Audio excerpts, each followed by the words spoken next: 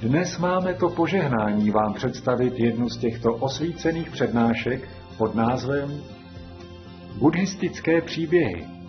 Zásluha charity a dodržování 5 pravidel a Brahma žádá od dharmu, první část z 10, v pořadu Mezi mistryní a žáky v angličtině 3. srpna 2015.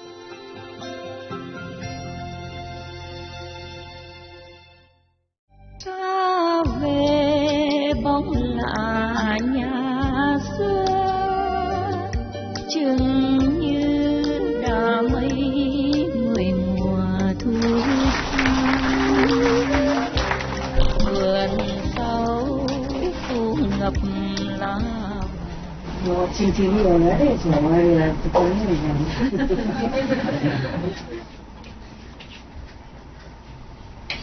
Okay, should I say listen? Take turn, alright? Yeah? Yeah. Oh, this day you were outside, right?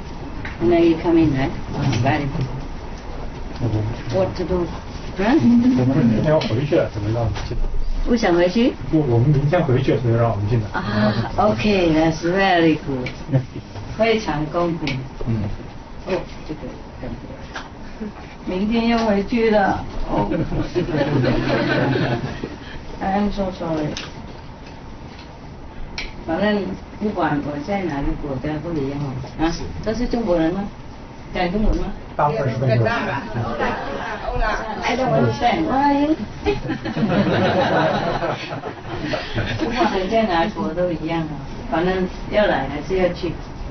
也许我们要弄那个东西，那个什么山的那个什么叫什么？今天吉安山啊，真的是有这种吗？真吗？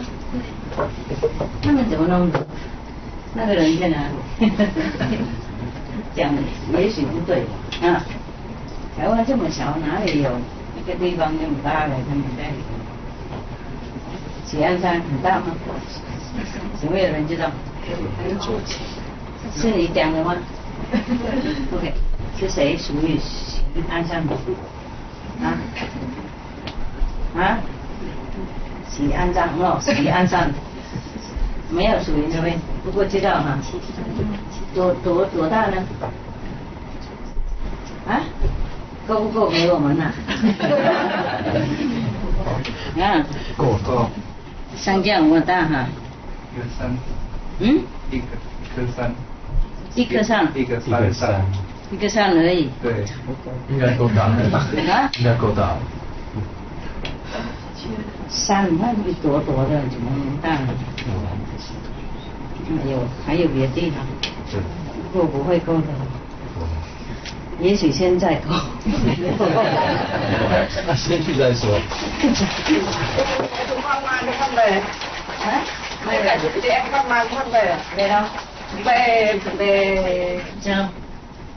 Về đâu vậy? Về Mỹ hả? Dạ. Về Đức, về Mỹ. Áo. Áo. Hồ Lan. Thụy Điển. Thì đâu có xa lắm đâu. Xa nhưng mà chúng con vẫn nhớ. Thì mai mốt trở lại, ok. My God, never enough, không bao giờ đủ đâu. Nên bao giờ chịu nữa.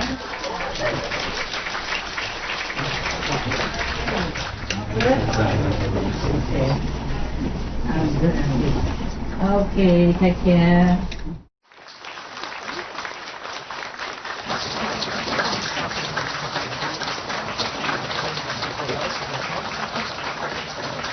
Thank you. Thank you. Thank you very much. What is? Oh, I try to look. You know, it's like Barbara Streisand. She said, I'm not beautiful, but I know how to make myself beautiful. Yeah. Yeah, it's pleasant to see a beautiful thing, huh? That's why we put flowers and stuff. And I just blend in, huh? Decoration, everything. You know? It's a pity if, all this beautiful thing. It won't match, you know? So I try to, color my life. Yeah, because of you. Yeah. Otherwise, we don't really need all this. Also, I'm too pale, too pale. Suppose somebody see me so pale, they think, wow, vegan, no good. They don't know about karma, They don't know why I'm pale sometimes. Okay, what is this? Okay. I have to see again. My God, everybody want me to go to their country. And I'm only one. Yeah. The transcendental body can go everywhere. It's the physical body is difficult, huh? Oh man, I forgot my glass. I remember the dog's vegan bone. But I forgot my glass.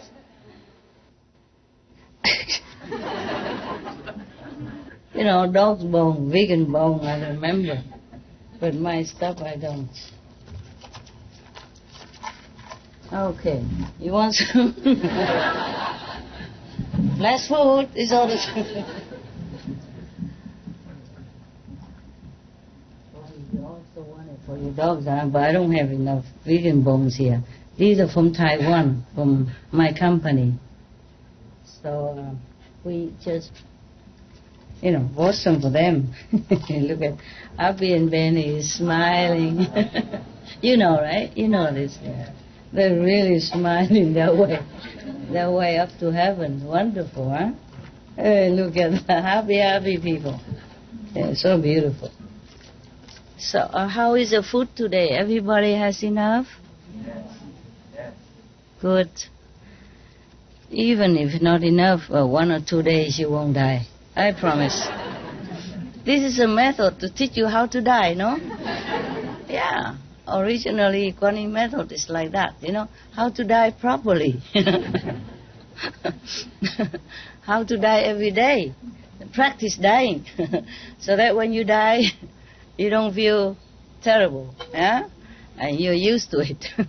What is another day of dying? But this time may be real.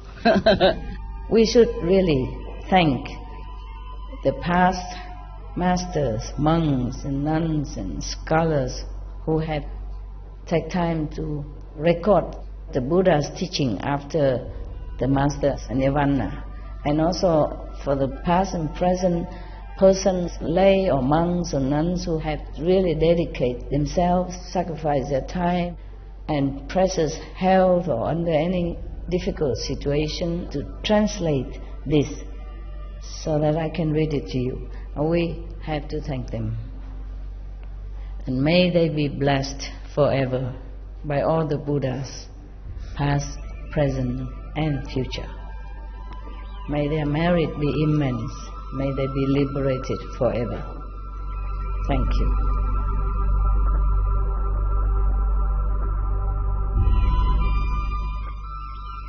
According to Buddhism and the believer and the tradition, when you read sutra and all that, you have to put on incense, flower, and bow to the sutra first and thank all the Buddhas and Bodhisattvas in 10 directions, all respectfully, before you read it, okay?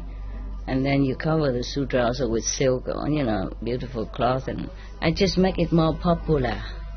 Yeah, more easy, simple. And I apologize to all the Buddha. I say if I done something wrong, according to the tradition, my heart is full of respect. It's just that I cannot always do that. So please, all the sin, whatever I've done wrong, is all on me. So at least other people, they hear the names of the Buddha, according to the sutra, they will get benefit. Yes. There is the story about another person here, similar, huh? Okay, I told you already, I promised you to talk about the fish, yeah? Okay, thus I have heard, this is from Anand again, huh? Once the Buddha was in the Save country, in the golden garden of the billionaire named Kapkodok and the Prince Kita. At that time, there was a rich person. He's very, very rich, but he has no son. So both of them, husband and wife, went all over every possible worshipping area to plead for a son. Because of their sincerity, she gave birth to a son, finally. And then one time, both of them went out to near the river, and playing and having picnic. And then because they're happy, so they're tossing their child up and down, up and down. This is the thing you should not do, okay? When we had the king and co, they put that scene on, that the prince give, like rocking the baby next to the water like that, is, above the bridge. This is the thing you should not do with babies, so you might lose your hand and then you might get loose, your grip, and then the baby might fall down. You don't do that on the balcony. You don't do that next to the river or anywhere. Except maybe in the bed when you just cradle him a little bit, then it's okay. On bed, big bed, or on the floor, carpet floor, then okay. Now, so, and then they were, the mother keep, throwing the baby in the air and then catch him, some people do that. Keep doing that. Then she was so happy, and distracted by the joy, and then the baby fell into the water. Oh my God. She screamed for help and, jumping around, and then a lot of people went inside the river, go in the deep bottom, but cannot find him again. So, of course, the mother collapsed, from pain and sorrow, blaming herself. For a long time, she was unconscious until people helped her to put ointments and medicine, then she regained her consciousness. At the end of this river, there was a little village, and there was also a very rich family, and the rich father also has no son, and he also went different worshipping area, wherever the thing is very successful. They keep praying everywhere, but didn't get any son. One day he told one of his servants to go out to catch some fish with a net at the river. And then he caught one big fish and brought home. And when they opened the stomach of the fish, the baby comes out, still alive. Yeah. And it's even a son. Yeah. Oh, they're so very happy, this family. And then they bathe him, make him clean, everything, and then bring it to the boss. Oh, the boss was so beyond himself with happiness. He thought, wow, up to now we've been praying for a son. So this is the heaven reward for our sincerity. This is a miracle. This is truly heaven sent. He believed that. Of course, would you know? You would? No, okay. And then they, of course, they take care of this child very well and give him everything he needs. Yeah. And then the other rich person heard that at the end of the river, one person caught a fish, and inside the fish was a boy. So the both of them, husband and wife, went there and have a look. Oh, when they saw, hey, this is my boy, exactly is my boy. Because the other day, my wife was playing with him, and then so he dropped into the river. Unfortunately, but this is so good. Thanks all the gods that you caught him, and now we can have our son back. And then the other one, the other rich person said, you are talking what? This is my son. God gives it to me. I've been praying all these years. So this son just suddenly came, That is truly God's will. I give you nothing. This is my son, I keep. Oh, so then both of them, the husband and wife will say, oh, we love our son so much, and we have been in pain and sorrow all these days because we lost our son. Please, have mercy. Return our son to us. Anything you want, we give. And the other man said, I want nothing. I am rich, powerful. What do I want from you? This is my son, so you please leave. And so back and forth. Nah? So they could not decide what to do. And then both the family brought the son to the king so that he can judge what to do, can tell what to do. So they came up, and the one who lost the son said, Your Majesty, this is really my son.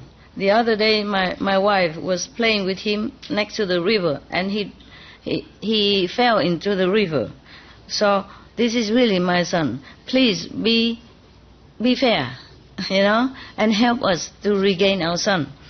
So the other one, the one who found the son, also say, Your Majesty, this is my servant, caught the fish. And then inside the fish is this son. It's not from this family. This is from the fish.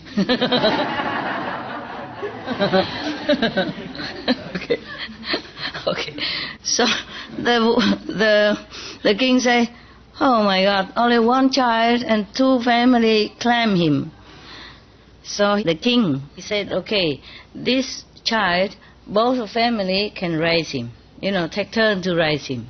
And when he grows up, each family finds a wife for him. And whichever family has a son, then that son will belong to that family. Understand that? Yeah. 2 wives and 2 families. Which wife bears the next son, then it belong to that family. Okay? So both of them thanked the king and thought that's okay. It's a not too bad solution. They want to obey the king's decision.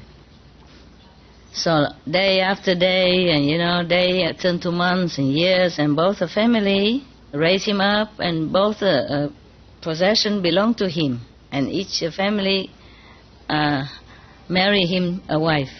Okay. And one time he has to go to another area, another city, to do something. But it seems like it's a great affinity. Yeah. So when he finished his business, he saw the Buddha, by the way, when he was going around preaching in different places. So the king say, oh my God, only one child and 2 family claim him. So the king, he said, okay, this child, both family can raise him. Take turn to raise him. And when he grows up, each family finds a wife for him. And whichever family has a son, then that son will belong to that family. Understand that? Yeah. 2 wives and 2 families. Which wife bears the next son, then it belong to that family. Okay? So both of them thanked the king and thought that's okay. It's a not too bad solution. They want to obey the king's decision. So day after day, and day turned to months and years, and both the family raised him up, and both the possession belonged to him, and each family marry him a wife. Okay. And one time he has to go to another area, another city, to do something. But it seems like it's a great affinity. Yeah. So when he finished his business, he saw the Buddha. By the way, when he was going around preaching in different places, and he saw the Buddha so bright, so much light around him, and he looked very, very significant a person. And a lot of people, follow him and became his disciples. So he felt suddenly very, very respectful. He felt like he found something that he wanted. So he went in front of the Buddha, prostrate to him, and then sit at one side to listen to the Buddha's lecture. After a while, after hearing the Buddha, he felt like he's a dry, dead tree became alive again. Like springtime again, after long winter. And then also there are rain, coming down, and then make all the buds come back.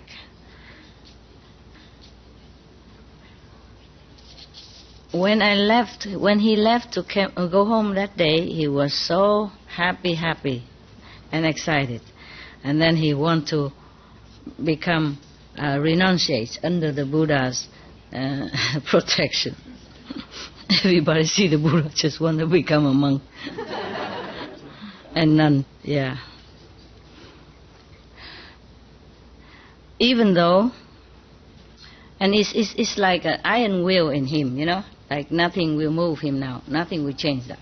Even though the both family give him a lot of luxury, money, and everything he needs, but he doesn't feel satisfied with that.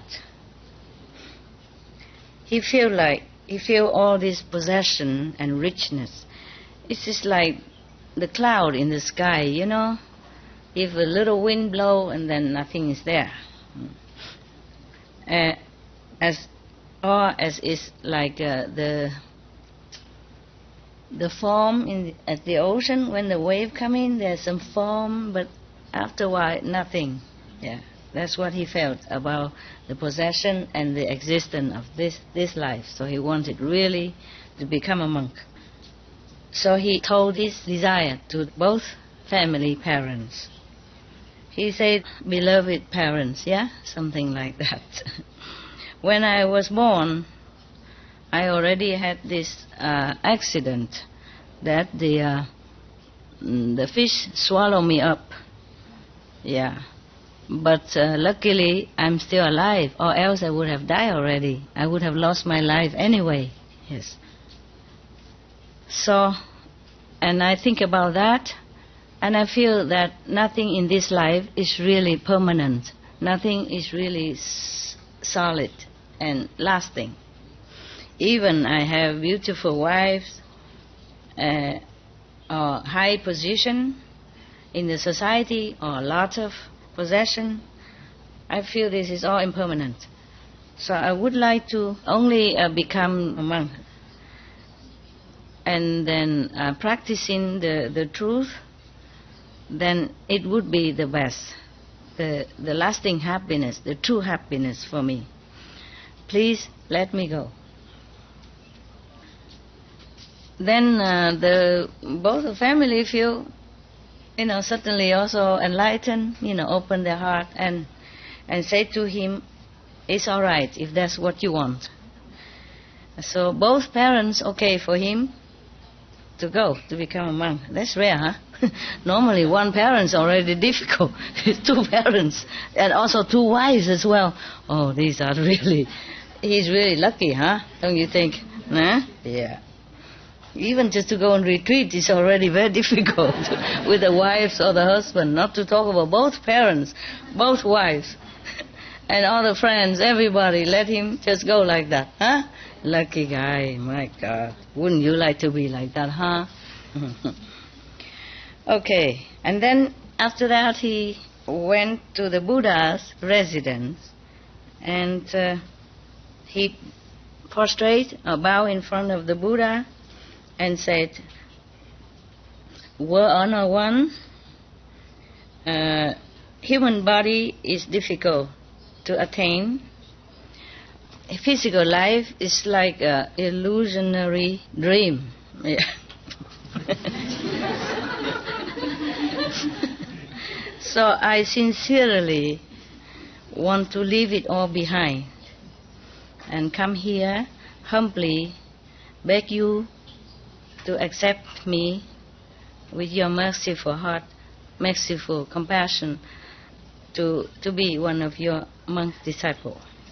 So the Buddha say, "Welcome, welcome monk," and then he became a monk. So simple, huh?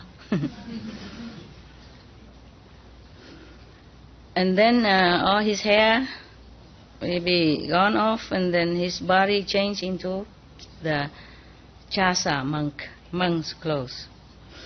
And he gave him the Dharma name Trung Tín. And he was very diligent and concentrate in his new life. And then after a while, not too long, he attained Arahant position. Seeing thus, I, Anand, asked the Buddha, not I, okay, I wasn't there. I mean Anand. Anand kneel down and begged the Buddha to explain how come, what kind of merit did this monk Trung Tín saw in the former lives, so that he even went through the fish mouth into the fish body so long and did not even die, not even from suffocation or the acidity from the fish stomach, they digest anything. Yeah. And then, even then, he has the fortune of 2 families. And then now even can come here and be one of your disciple monks. So the Buddha say, Anand, listen, a long time ago, there was a Buddha appear on this planet also. His name is Dipati. One day he was preaching to the great assembly, and there was a rich man went there to listen to the Buddha talk. And then at that time the Buddha was talking about the merit of charity, of charity. And also the merit of keeping the 5 precepts. Yes.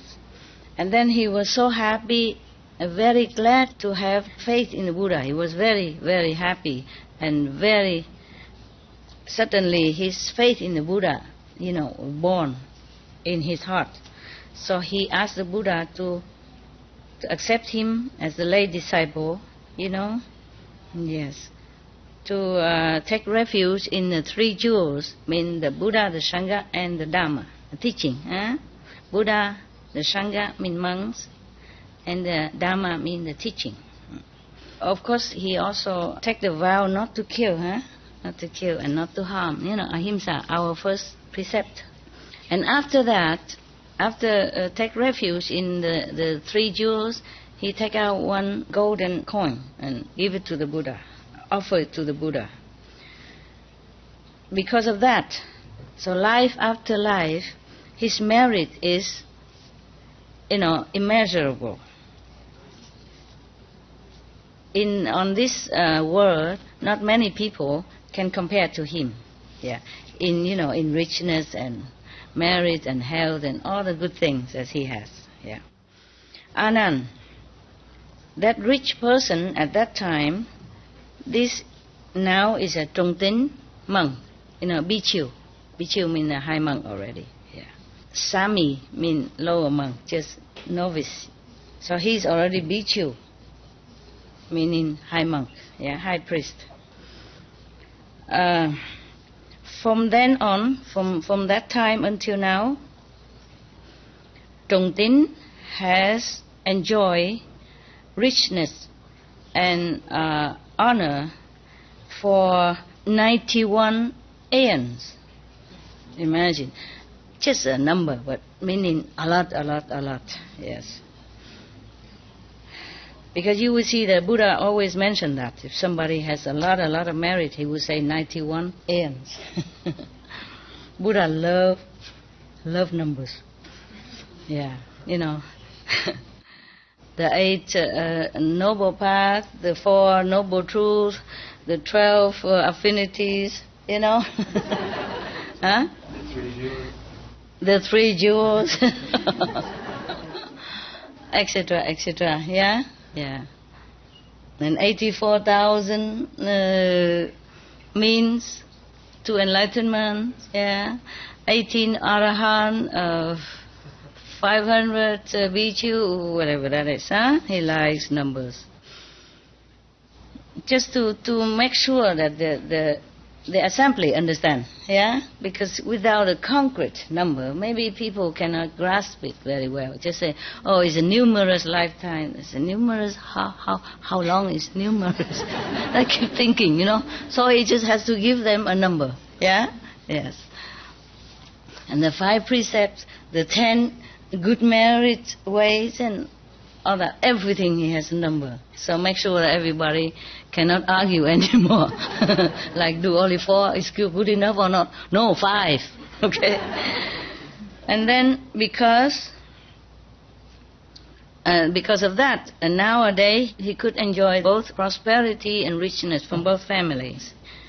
And because he always keep the first precept very, very sincerely, the non-killing, the ahimsa, the non-harming others. Therefore, even the fish cannot digest him, cannot kill him, yeah, swallow him, but cannot do anything about it. And because he also take refuge in the 3 jewels, yeah, and therefore today he has a chance to meet me, to bath in the truth Dharma, and attain arahant position, free from life and death in the 3 realms. After hearing all this, I, Anand, yeah, and all the people there, so happy, and their faith is multiplied, and they sincerely want to continue practice. And they bow or prostrate to the Buddha and then left. Okay, huh? Good?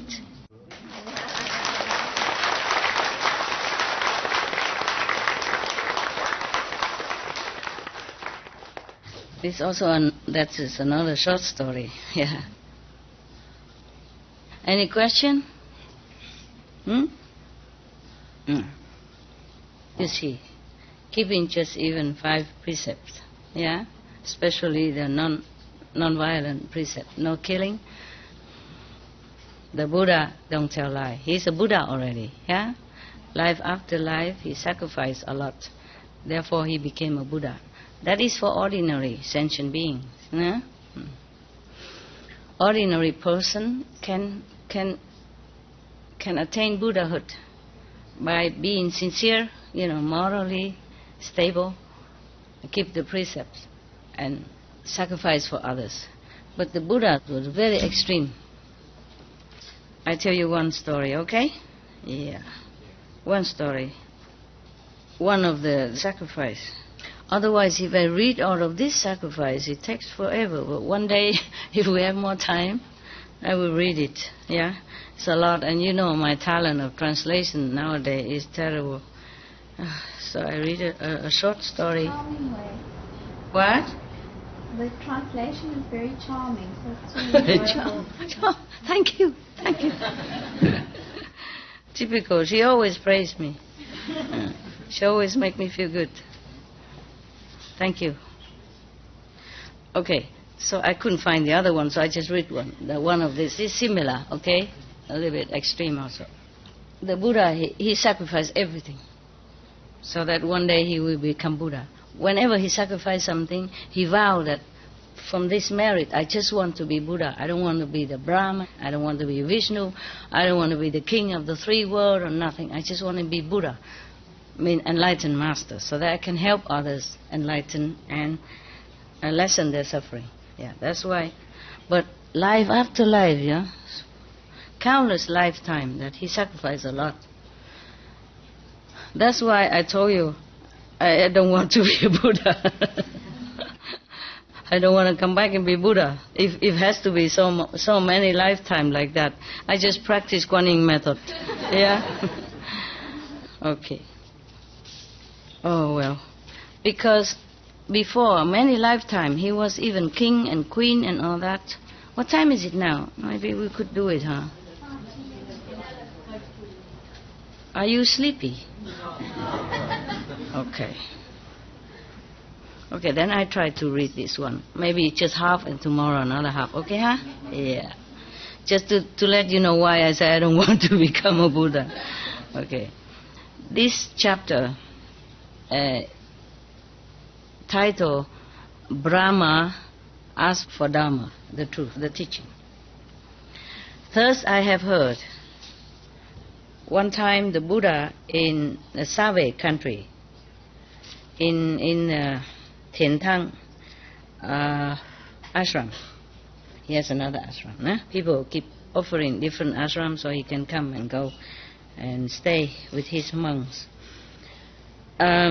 Because of compassion, sincere compassion to save sentient beings. So in order to save all sentient beings and all that, he has sacrificed and worked very hard, life after life, so many lifetimes. Very, very tiring and suffering a lot to become a Buddha. Yeah. When he first attained Buddhahood,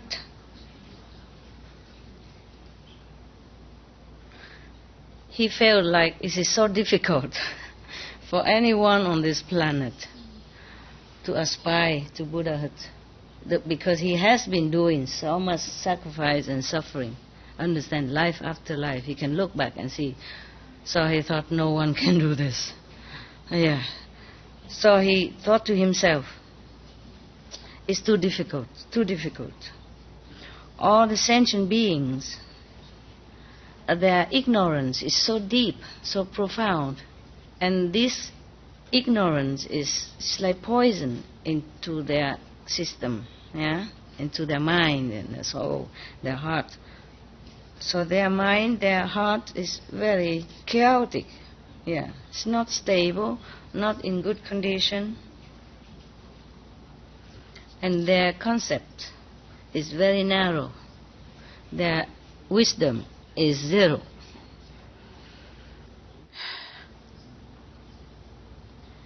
Mostly they follow the not correct way of teaching, the incorrect way of teaching.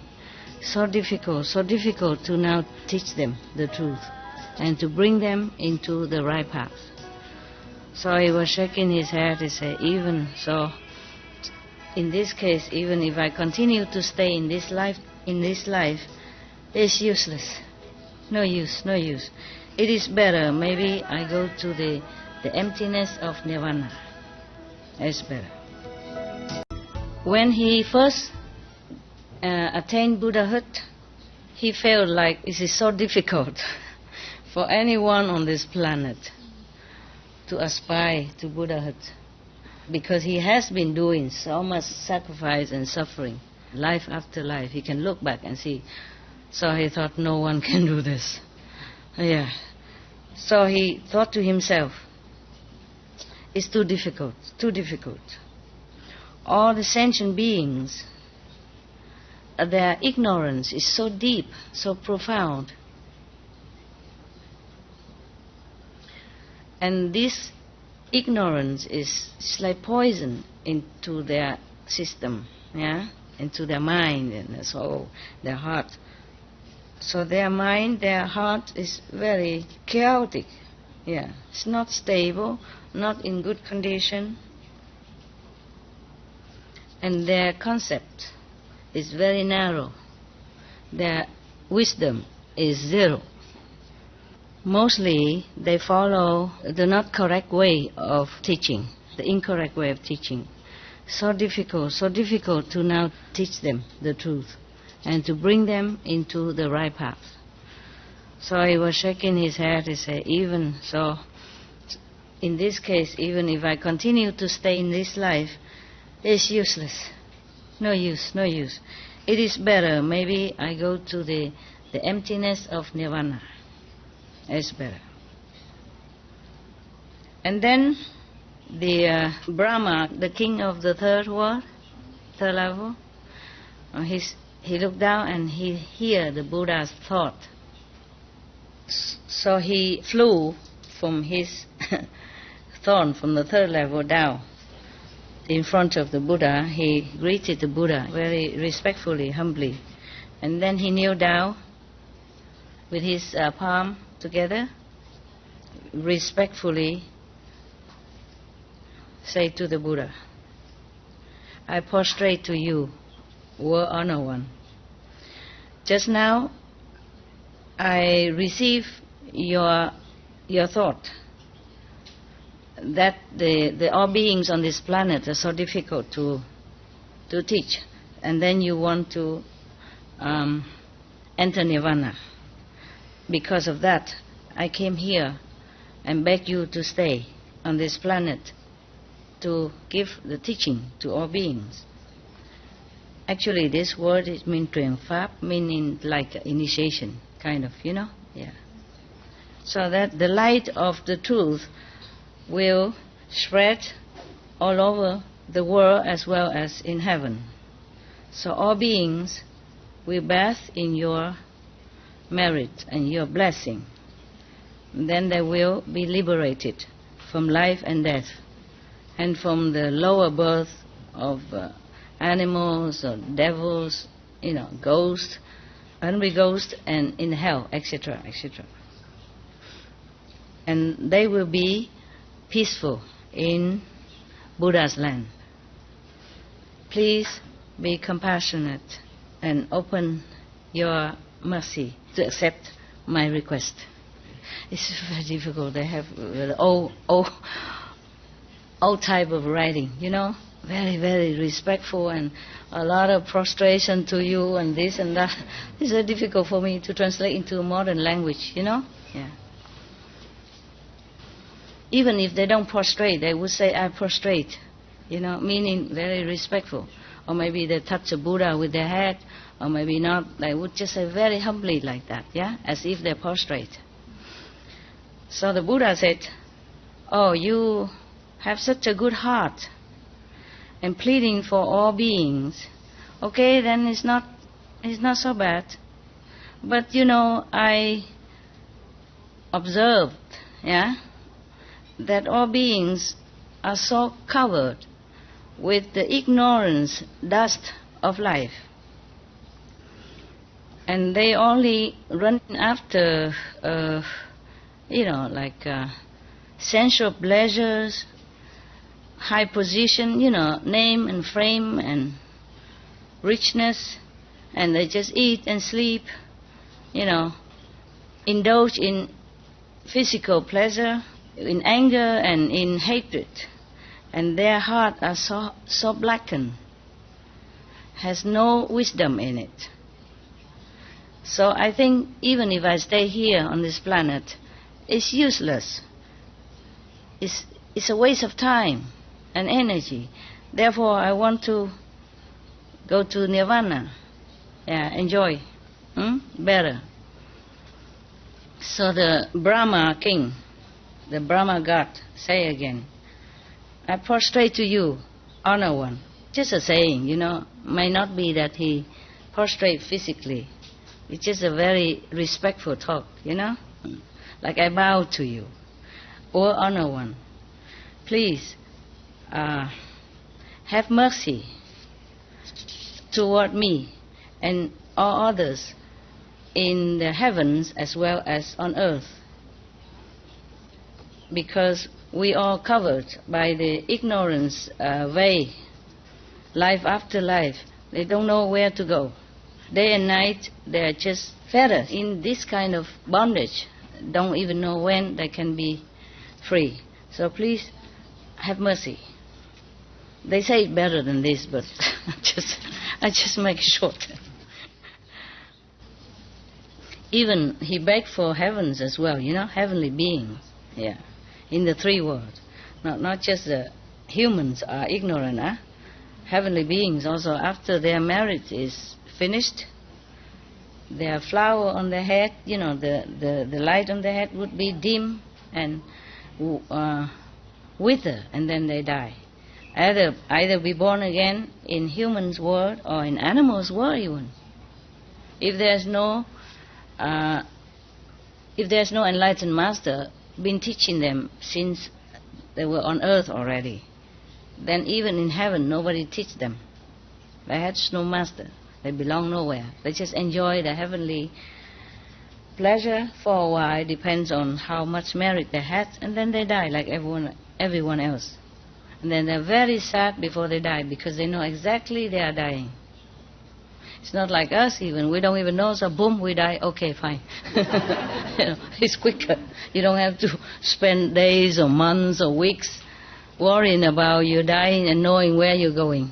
Down, lower level, knowing already. And there's nothing you can even do. With all your power in heaven, nothing you can do. The Brahma said to the Buddha, right now, it seems like the Dharma will be elevated, will be spread out. It's a good time to teach other beings. I have seen that there are many beings will be enlightened, will be saved by your blessing, by your teaching. So please stay here and help whoever you can. Yes.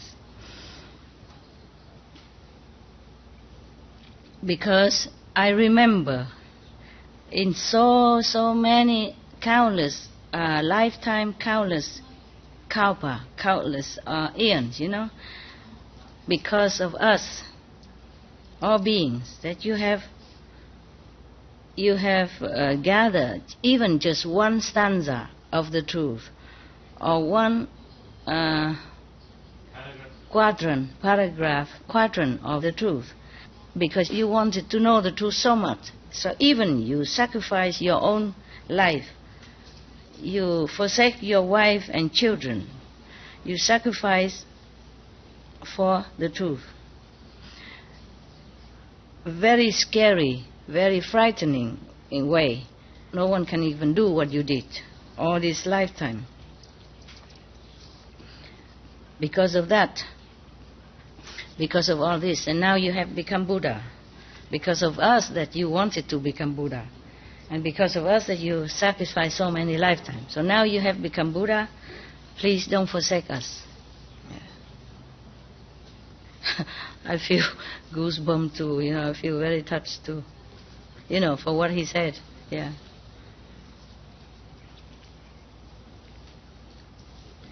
Now that World Honor One has already attained the ultimate goal of your life that you wanted, but all of us are still like grass on the ground, covered by thick fog, so many lifetimes, and waiting for the sun to dispel all this covering, so that you can see the light and it can bud into flowers and beautiful beings. Yes. I prostrate to you. I beg you, please do not forsake us and go into nirvana. Not so soon, he said. Yeah. And I remember another time. It's a very long time ago. There was a king named Tuloba, also on this planet. He ruled over 84,000 smaller country. Oh, I just told you numbers. It has to be 84,000. Many times he mentioned that. Even in not this king, but the other king also rule over 84,000 and have 10,000 great officers in the court, in his court, etc., you know. And then he has 60,000 mountains and rivers, meaning his country is big, yeah? It has to be a number. It's more visualizing, you know? It's more concrete, right? If you say, a lot of mountain and river, we cannot grasp, you know, the mind. So he uses numbers all the time. It has to be 60,000 mountain and river, okay? And then he has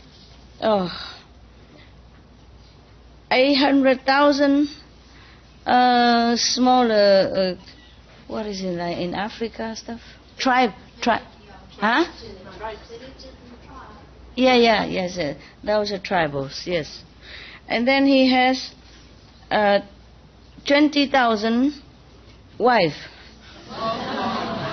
And he had 10,000 great officials, in court officials. Well, in the old time, they have wives and they have concubines and they have ladies in waiting and servants and all that, and all included.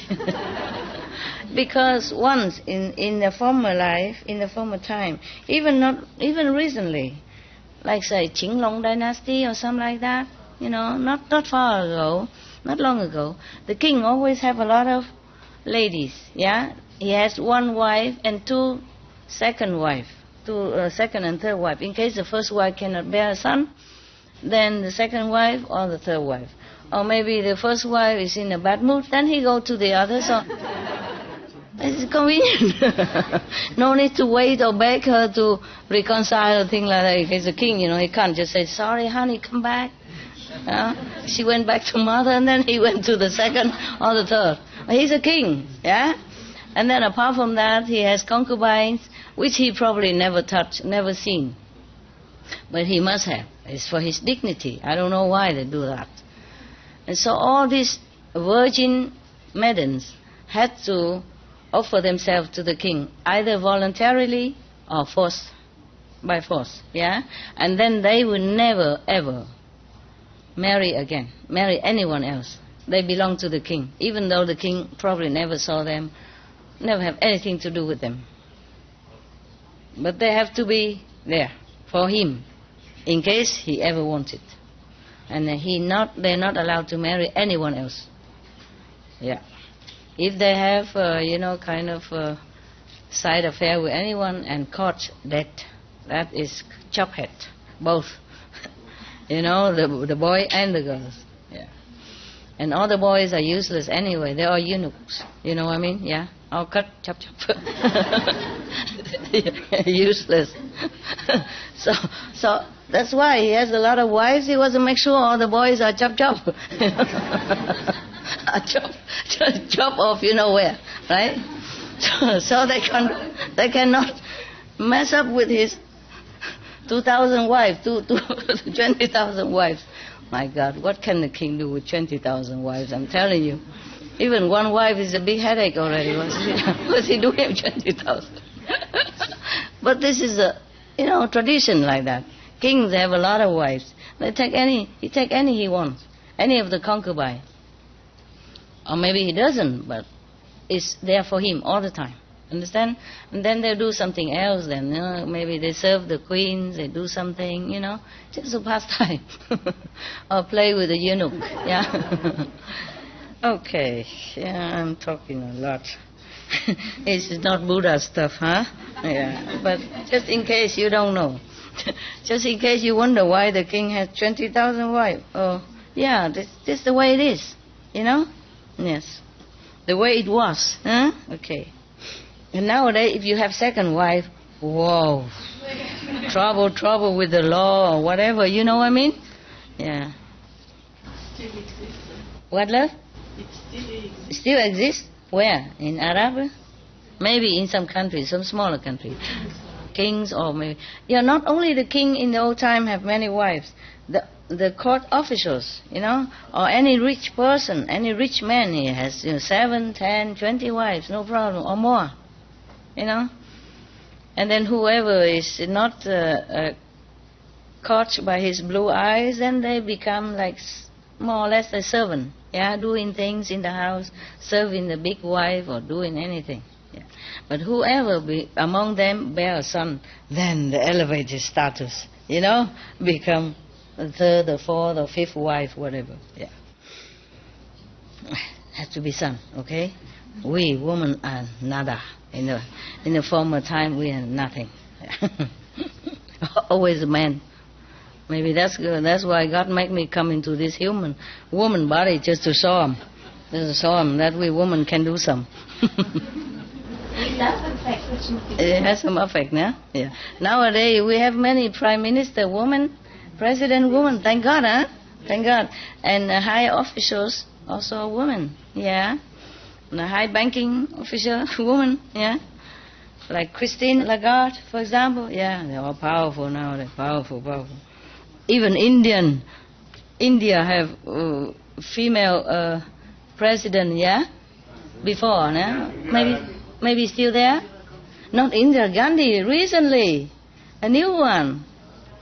President. Yeah.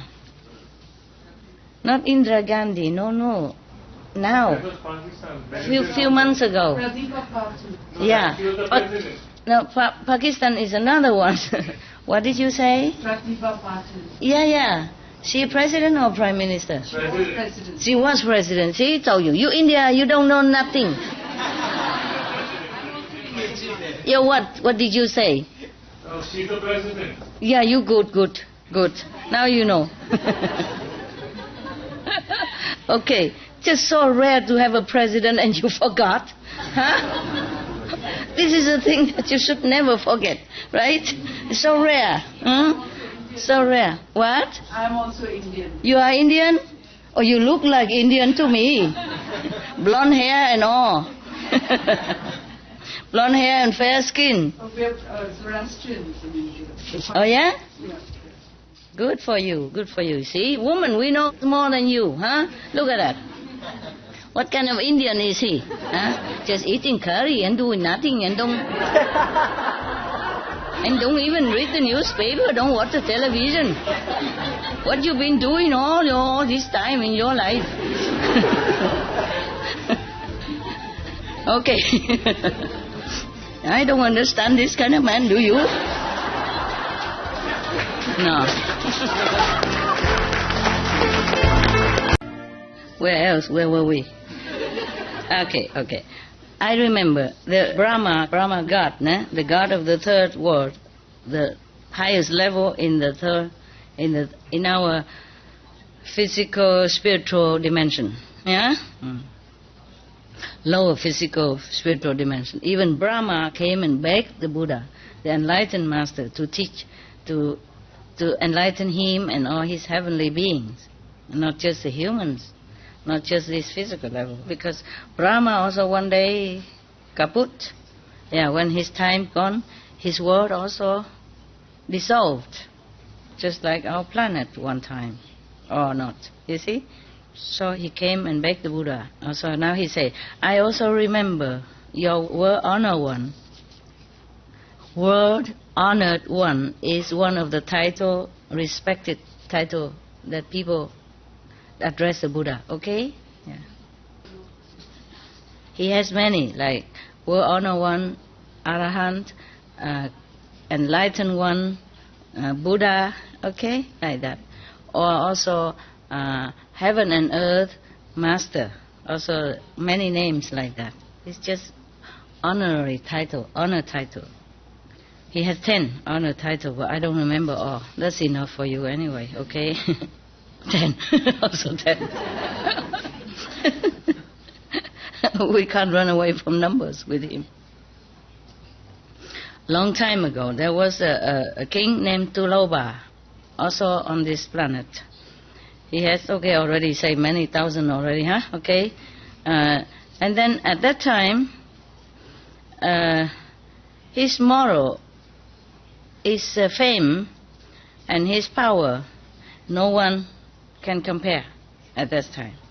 He is absolute, the master of all the kings. because all his subjects and all the sub-subjects rely on his merit, his moral store of merit. So all of the countries very prosperous, happy and peaceful. Yeah. So everyone is very, very glad, and they worship him. But one day, he was thinking to himself,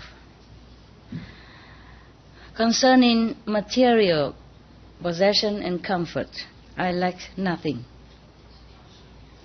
But concerning spiritual practice, to be able to liberate others, I don't have. If a human just live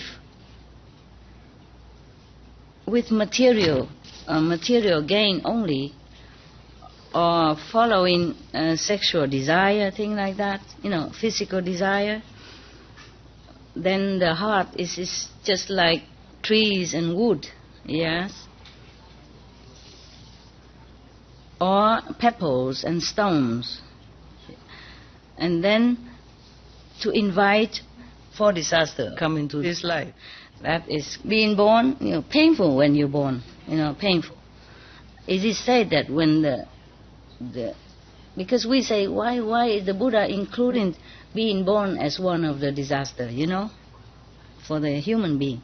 Because according to scientists, when the baby is born, their skin was like many of the very painful, sore, and a lot of radicals and bacteria attack them right away. Yeah. If they has not been protected somehow by themselves or by the mother's DNA or with the mother's breast, that's why they always recommend that the mother should breastfeed their babies, because the mother's milk from her own breast will give the baby more protection than any other medicine can afford. So it's very lucky for any baby who is breastfed by his own mother. Yeah. So he included. At that time there's no scientific proof, but the Buddha already know being born is a pain. You see, the four pain, the four disaster of human life is being born, getting old, getting sick, and die. So it's a four noble truths, he said. How noble can that be? Born, die, and sick. What do you call it? Four noble truths. Okay, fine. Yeah. All right then. So it's not different than any animals, just eat and sleep, and even laying on top of the pool, on the dung, and don't feel anything, just to pass time. It is my fault, the king thought. I have to find a way. It is my duty to find a way to liberate them, to liberate all these ignoramus that he mentioned above, okay?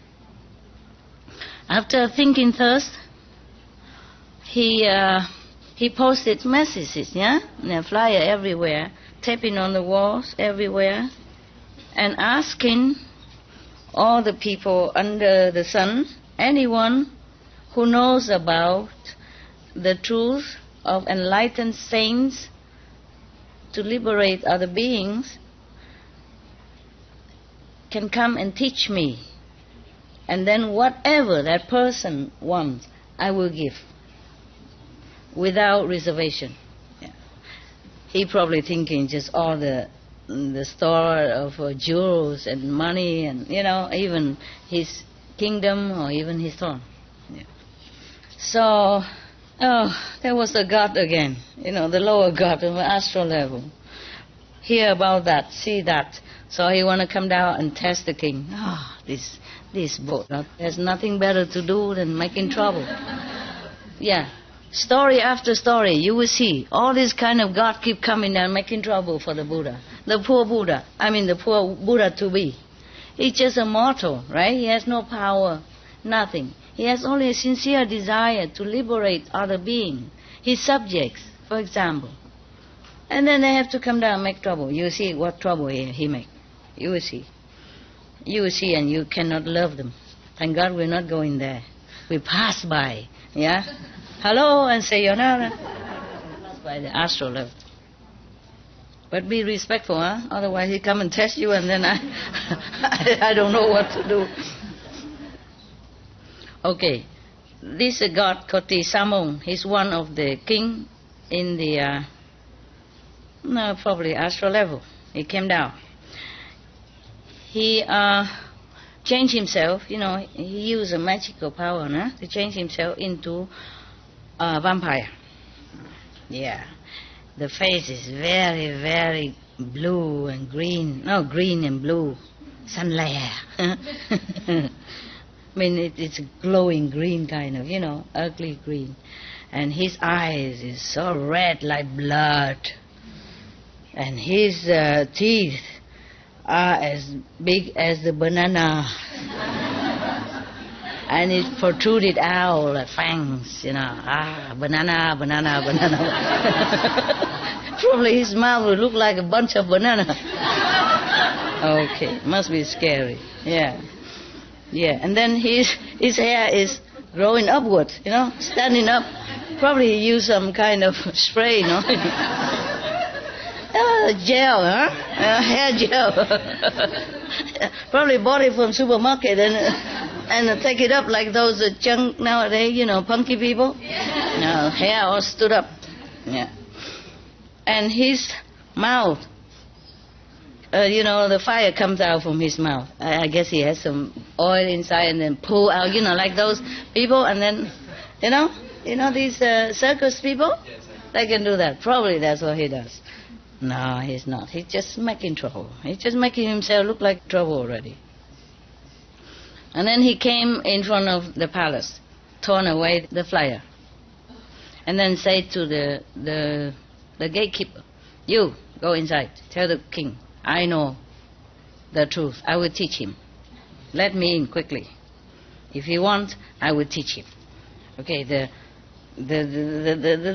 gatekeeper was, okay, quickly, go inside and say, "Your Majesty, outside, there is a, I don't know, a being or a person or whatever. His appearance is terrifying." Yeah, but he said, he professed that he knows the Buddha's teaching, the truth, enlightened teaching.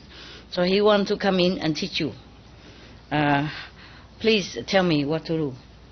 So the king was very happy. Oh, he put on his hat, his crown, wear his majestic clothes, the best appearance, and come out to the gate and greet that person and invited him in. And then he even let that terrifying being sit on his throne as a sign of respect, just to show how much he's thirsty for the truth knowledge, understand, and how humble he was, how sincere he was in this matter. That's what it is, okay? He wanted to show that. Probably that's what he felt, oh, so rare, so rare to have the truth. And then he treat him like God, of course, right? And the next morning, he prepared a very high dais, beautifully decorated, maybe similar to this, Okay, or better. And then he served him meals and drinks. And then he asked all his musicians in the court, playing music, singing song, welcoming, and dancing and all that, welcoming the teacher on the dais, on the platform. And then and all the court officials, and the citizens in front of him, in front of the teacher.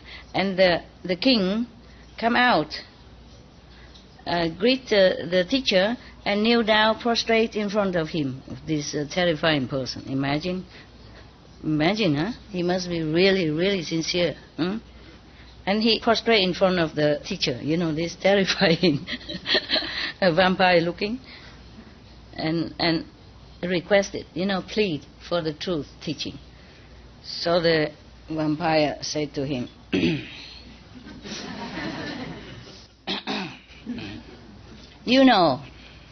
King, to learn the truth is a very difficult thing.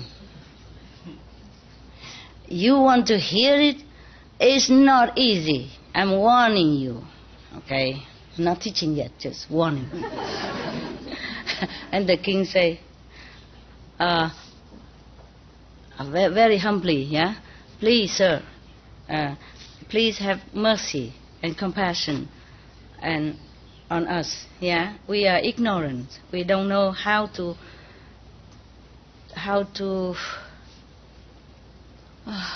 request properly, yes, and respectfully. Please teach us how to do it so that we can hear the teaching. And, the teacher, the vampire teacher said, if you bring your wife and children here for me to eat, then I'll teach you. I told you it's scary. I told you I wouldn't want to be Buddha like that. Okay. All right. So, after the king heard that, he obeyed him and said he will obey and do that, what he wished. So he came back to the palace, called his wife and children. He said, I have to tell you this. Husband, wife, parents, children, loving each other, clinging to each other, but it's only in the cycle of life and death, of impermanence.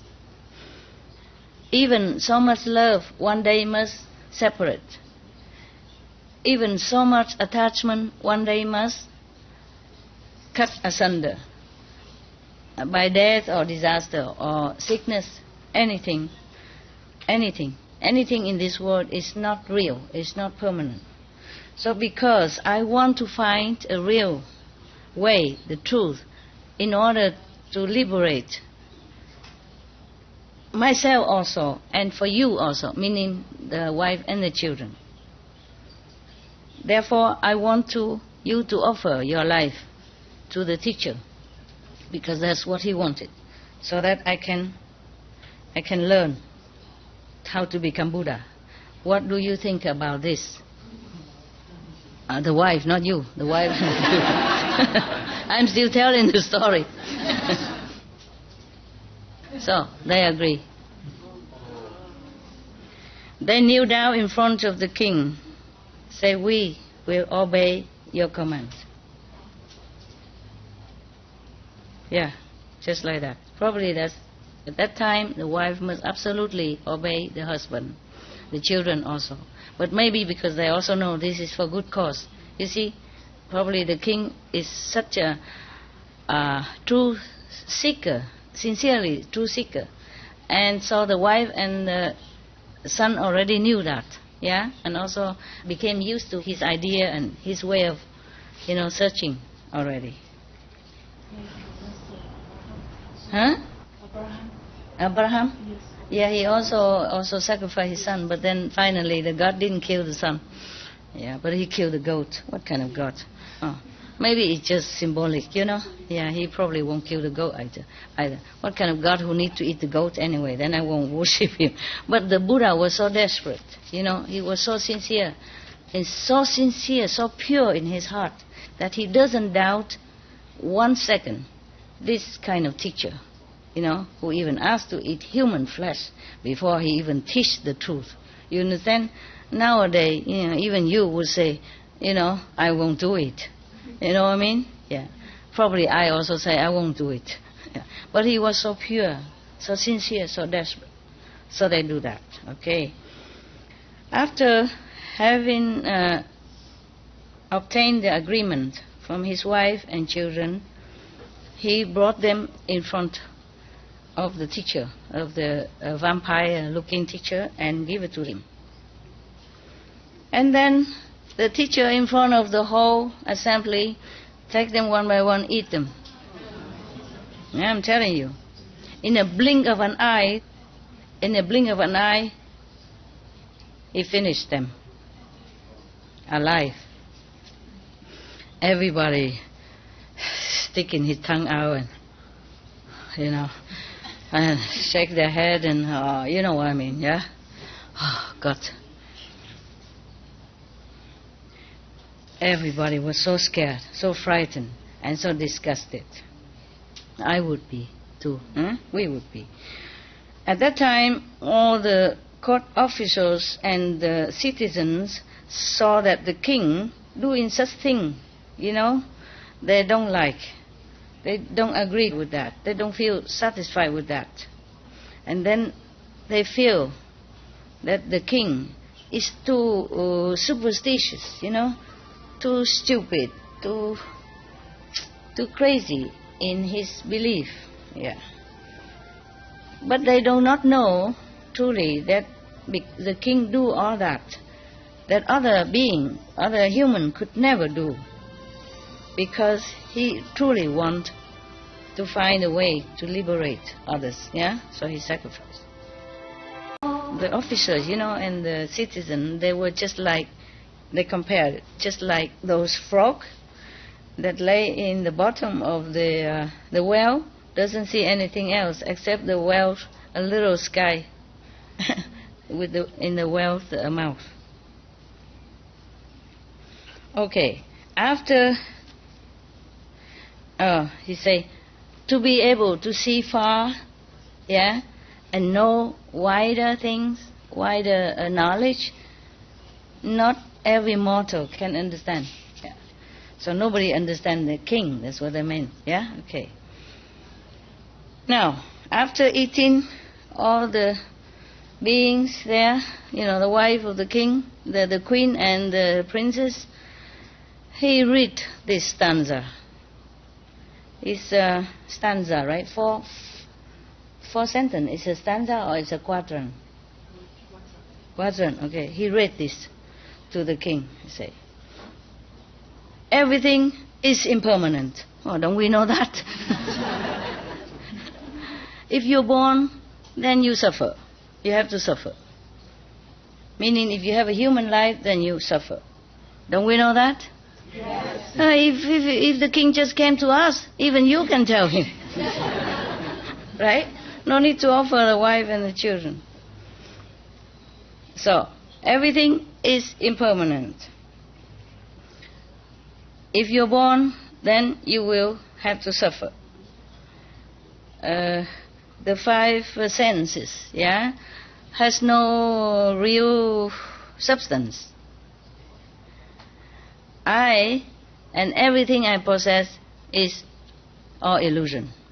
That is the first stanza that he gave to the king. And then, after the king heard this, he was so happy, so happy, so happy. What kind of king who doesn't even know these things?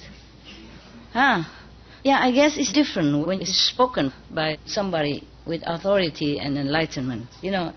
Heaven authority, instead of anybody who just say or read the book. It's different, huh? Maybe that's why. Just like initiation from the master is different from just reading whatever, saying enlightenment. It's good. We all have Buddha inside and we all can become Buddha, blah, blah, blah. And then after that, he told all of his subordinates, copy these stanzas and give it to everyone in his kingdoms and the sub-kingdom. And then the god, in the form of a vampire, saw that the king was really pacified and moved, because losing the wife and children being eaten like that. So he changed himself back into the glorious God again and said to the king, wow, precious, precious.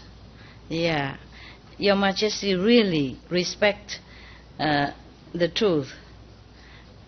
So, therefore, it's not long after you will become Buddha. It won't be long until you become Buddha.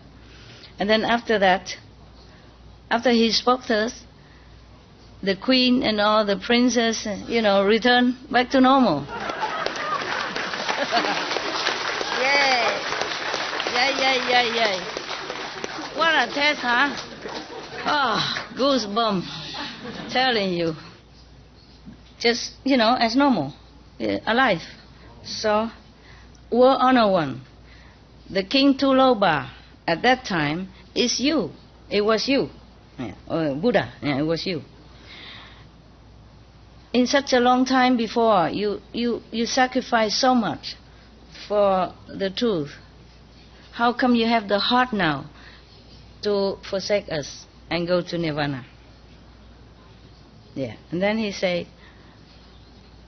World Honor One, I also remember another aeon, long time ago, in the past, also on this planet, there was a king. This is many lifetime of the Buddha, né? There was this one already scary. You want to listen more? Yes? Okay. No, I'm fine. It's just that it's rarely that you have time to come here. I also have to take time for you, even though I also have other work to do. It's not like I don't have. But I'm also glad to see you, and I perceive your sincerity and your pure heart. So I also have to do my best for you. It's just that body is different from mine, you see. If I have another person like me, then I would take turn, or maybe 7, then Monday, Tuesday. Monday I work, Tuesday I work. You all understood, right? Joko, you have? Okay. No need translation around here, no? Never mind. If you don't understand, just laugh and later ask a neighbor. Okay. That was another king, huh? Name is Kensani Yetle. Wow. He also ruled over many countries, sub-countries, yeah? Also, 84,000 tribes, 20,000 wives and concubines, and 10,000 court officials. Okay, this king is very, very gentle, very good, very loving and kind. He loved all equally, and he never let his citizens lack anything. Like he do charity, give them what they need. So all the citizens are very happy, live a happy life, and all the trees and the plants are very lustful, growing plentiful. So all the citizens in his kingdom regarded him like a father. Yeah, like their own father, like a big father, good father, godfather. No, I mean, good father.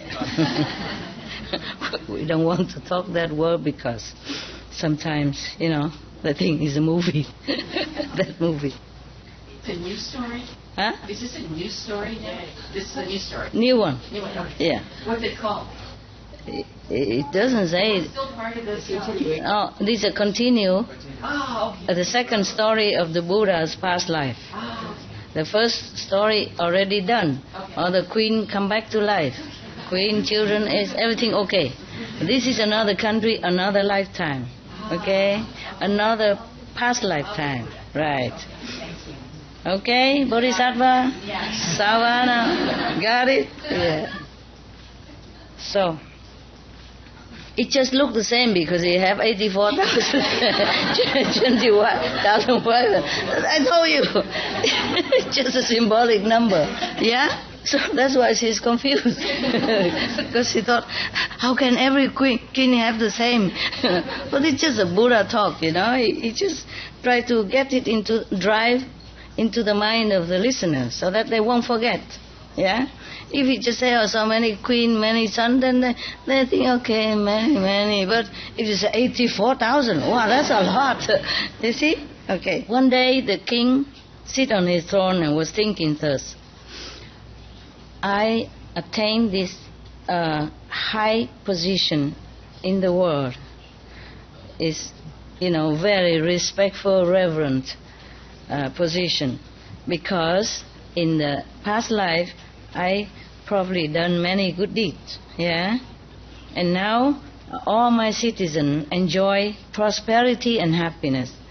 Nevertheless, this is only physical things, material comfort and satisfaction.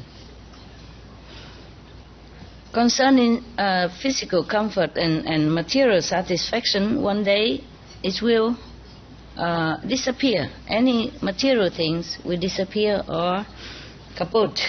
Kaput. It's not a lasting happiness, yeah? So I would like for myself and all beings to have lasting bliss and happiness. Then I really have to go and find an enlightened master to teach me the truth. Otherwise it won't work, yeah? Okay. After thinking thus, he again tell all his subordinate to write this leaflet, notice, write a notice and plaster all over the country, whoever knows the truth, come and teach me. And then anything they want, I will offer. Okay, one time there was a Bolaman means a Brahman. In India there were 4 castes of people, right? You know, 4 castes. The highest is a Brahman. The second is Shakya. Huh? Yeah. The warriors. The third? Merchant. Yeah. The fourth are the lowest. You know, they are untouchable. Yeah. I mean, they're doing a lowly job, you know, like laborers, yes, or scavengers and, you know, slavery or servants, or, you know, bringing human waste to throw out, because in the old time they don't have toilet. Yeah, okay.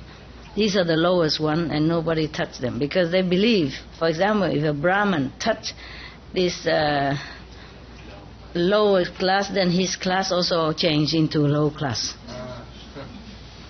So, and then wouldn't that low class change into Brahman class then? Yeah, why only one way street?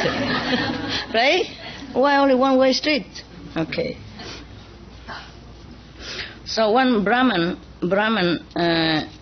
person come inside, come to his name is Lao Dosai, huh? He went to the palace and say, I have this miraculous teaching. Go in and report it to your king. So of course the gatekeeper run inside and report it to the king. And the king was very happy and put on his best appearance, you know, the crown and the best kingly outfit, came out to the gate and bowed to him, invited him in like a god. And then he asked everyone to prepare a very high, magnificent dais, and then invite the teacher to sit on it, just like before, you know. Yeah. But they don't say that this Brahman is ugly looking or anything. So this time the king has luck, a better luck, at least from the view, you know, better view. You know, like when you buy a house, you have good view or not view, you know. Last time was terrible view. This time better view. Okay, it's getting better all the time, huh? It's getting better all the time. And then after the Brahman sat on the dais, high dais already, the king and all of his subordinates kneel down and bow to him and requested him, say, great honorable, great master, is it such an honor and happiness for us today to receive you? Today you have such a compassion that come to us. You know, please show your mercy and teach us the truth that you knew. In the old time, they're so polite. Even the king was really well brought up. Yeah, good manner, huh? Good boy. And Lao Dosai, the Brahman, said, I have acquired this wisdom with a lot of labor and work and diligence and, a lot of work and suffering. I go through a lot in order to obtain it. And now, from far away, area, it's not so easy. And now, and also I have to practice it, and to continue practice. It is not so easy like you said, come here and just teach you. So the king said, please, your honor one, great master, tell us what we should do so that we do it properly, according to the tradition or whatever. Yeah. And the Brahman said, if you want to hear the teaching, the true teaching, then you have to bore 1,000 holes on your body. It's getting worse all the time. I told you I want you. You still want to hear? The words already you heard. Whether or not you continue is the same, right? All holes get filled up at the end. Yeah, we continue. We continue. And then, after you bore the 1,000 holes in your body, you have to fill it with oil. And put timber, something to burn it. Put wick, right? Wax. No, put something, with like a cloth to put it in, so that wick, right? So and then burn it. Yeah. Then, doing that as an offering to me, to make offering to me, then I will tell you the teaching. Oh, the king was very happy, so glad. Yeah, he accepted right away. But he said, please, give me 7 days. Yeah, after 7 days, then I'll do that. And the Brahmins, why, you were scared or something? You tried to, run away or something? The king said, no, I want to tell all my citizens to come so that they will also be able to benefit from your teaching. Yeah. So he told them to write a notice again that all the citizens in this country should know that in 7 days the king Kiensani Yetle, because of requesting the truth, will bore 1,000 holes on this body and burn it as an offering to the teacher. Whoever wants to hear the teaching as well, please come a certain day, at the palace courtyard.